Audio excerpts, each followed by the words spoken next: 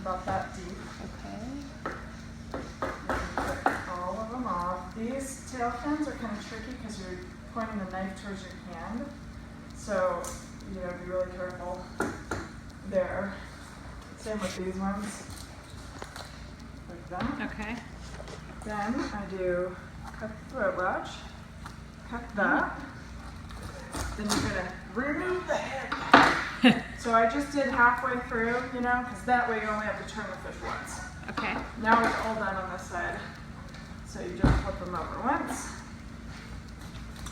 And when you cut the head off, did you see how I followed that angle? Mm-hmm. So there's the angle this way, and I'm just following that perfectly. Okay. And then our last two fins.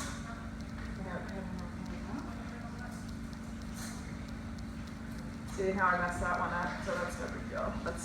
This back one's kind of hard. Sometimes you'll, you know, get too much meat. Okay. So now at this point, I would start with the fish, the back to me, tail to the left, and the headless head to the right. Then I'm going to take my hand and grab it, put my thumb right where that fin would be, Okay. and open up the belly cavity. Then I'm going to take my knife and right on top of the tailbone, and at a very slight angle, see how the knife isn't straight, it's angled just slightly down. Okay. Like that. And I can feel it. I have the knife pressed hard against that vertebrae. So it's pressed hard against there. Then right now I'm pulling the belly up with my thumb, a little pressure, and I'm putting some pressure down with my wrist. And I'm cutting with a slight angle down and a slight angle this way. Okay. While supporting it, then I've just moved my hand down. I'm still supporting it with a little pressure on my wrist.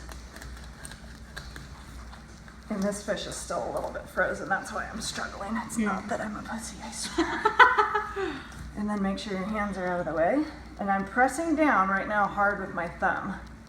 So I've got a lot of pressure, but I'm not turning, you know, if you were to tip the knife that far, you'd go through the spine. If you were to tip your knife up, you'd go through the fillet. So I have a very slight downward tip into the backbone. Okay. And then since our scales are gone, we don't have to skin it. We're just gonna go all the way through. Okay. Like that. Move this guy over. So now, I like to do, just flip it straight over. So now the tail's on this side and the head's on this side. And then I'm gonna do kind of the same thing, but opposite. I'm still holding up the belly, and I'm finding right where the backbone is, you can see. And sometimes you have to do a little notch and then straighten out. You're just gonna wanna position your knife so it's laying up against that backbone. And see how I still have a little tip? That would be flat. And then you would miss all this delicious meat on the back. You know? So you wanna do a slight tip like that. And then you gotta hold the belly flap out of the way. And then remember still, I'm not cutting like this with a knife. I'm tipping it forward a hair. So then I find that putting some wrist pressure down on the fish while I hold this is helpful.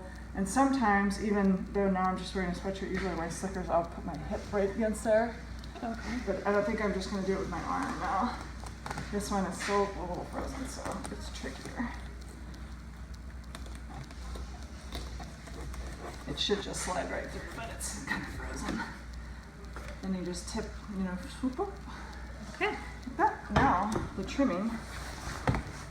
First thing we do, cut the tail off, because we're gonna keep this spine cut.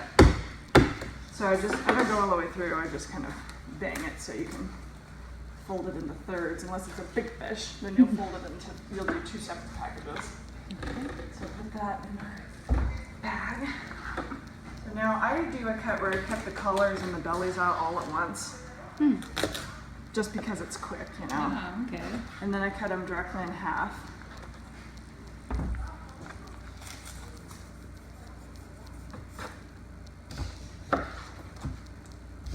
And then I switch, I actually like this thin knife. You're gonna go right behind these bones and do a little upward pressure. See how you can see the knife through there? You don't wanna go too deep. You just wanna get the bones out and not the meat.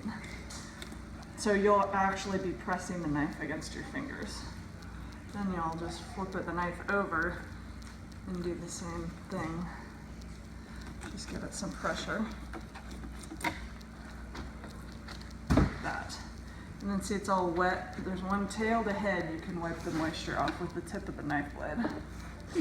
Yeah, because you don't want to bag them. That's why we paper towel them all dry and stuff. But if you can get some of the moisture out beforehand, it's helpful. So you cut instead of pulling bones, or just See, that's called pin boning. Yeah, yeah, that okay. would be these, and we don't pin bone. Oh, you don't? Nope. Okay. And I always tell people that we don't have time to pin bone, but we do the basic trimming. Okay. So this one is just the belly cavity. And once you get that far, flip your knife around. And you're just doing a slight tip up with the knife. And it's okay if you leave some viscera on there, that's fine. Okay. Or whatever that would be. And then I always scrape. You can't scrape this way because you'll mess up the meat, but you can scrape tail to head. Okay. So now, see, this one has no bones on the crown, but see how this one has all the vertebrae right there? Or I guess, I don't know what bones those are. It's got bones there. So that's another one. You'll usually just have them on one side, you know, they're like the backbones and they'll all be on one side. So you're just gonna trim those out too.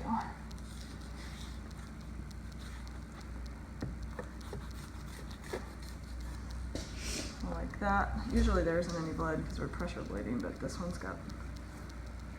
Rebecca must have been drunk when I got this fish. Pressure bleed. She doesn't drink. Okay, so now that's it. Then we're gonna portion. And for the market, people like tiny little pieces. Just put it that way. So I'll do one big, like 2-person roast cut. Okay. And then you're just gonna toss them on the paper towels. And then you're gonna do most of your cuts, like, you can do a couple of odd sizes, but just like that. Okay. Just throw them all in there so they can dry. And then you portion the other half.